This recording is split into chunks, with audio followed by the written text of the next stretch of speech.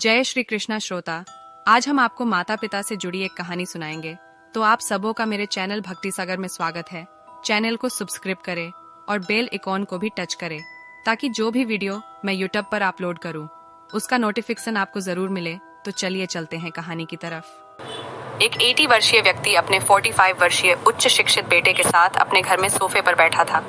अचानक उनकी खिड़की पर एक कौवा बैठ गया। पिता ने अपने बेटे से पूछा, यह क्या है? बेटे ने जवाब दिया, यह एक कौवा है। कुछ मिनटों के बाद पिता ने अपने बेटे से दूसरी बार पूछा, यह क्या है? बेटे ने कहा, पिता, मैंने अभी आपको यह एक कौवा है कहा है। थोड़ी देर बाद बूढ़े पिता ने फिर से अपने बेटे से तीसरी बार पूछा, यह क्या है? इस समय बेटे के स्वर में कुछ जलन महसूस हुई। तब उसने अपने पिता से झुठलाते हुए बोला, यह एक कौवा है, एक कौवा। थोड़ी देर बाद पिता ने फिर से अपने बेटे से चौथी बार पूछा, यह क्या है? इस बार बेटा अपने पिता पर चिल्लाया, आप मुझसे बार बार एक ही सवाल क्यों पूछते रहते हैं? हालांकि मैंने आपको कई बता चुका हूं कि यह एक कौवा है।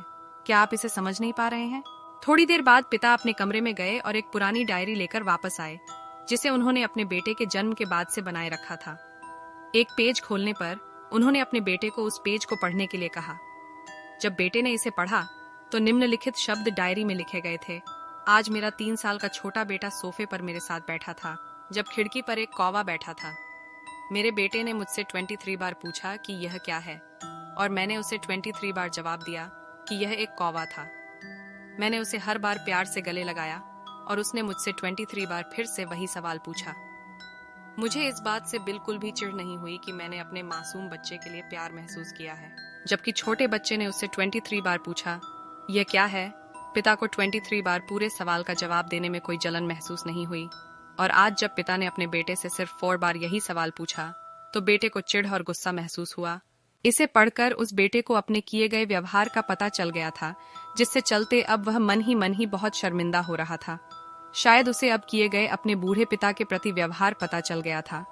इसलिए यदि आपके माता पिता जब बुढ़ापे में होते हैं, उन्हें न तो पीछे छोड़ें और न ही उन्हें एक बोझ के रूप में देखें, बल्कि उनके साथ एक दयालु शब्द बोलें। शांत, आज्ञाकारी, विनम्र और उनके प्रति दयालु बने। अपने माता पिता के प्रति विचारशील रहें। आज इस बात को कहें, मैं अपने माता पिता को हमेशा खुश देखना चाहता हूँ।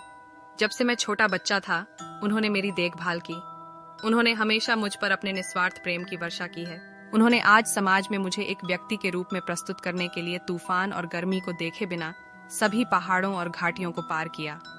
भगवान से प्रार्थना करें, मैं अपने बूढ़े माता पिता की सर्वोत्तम तरीके से सेवा करूंगा।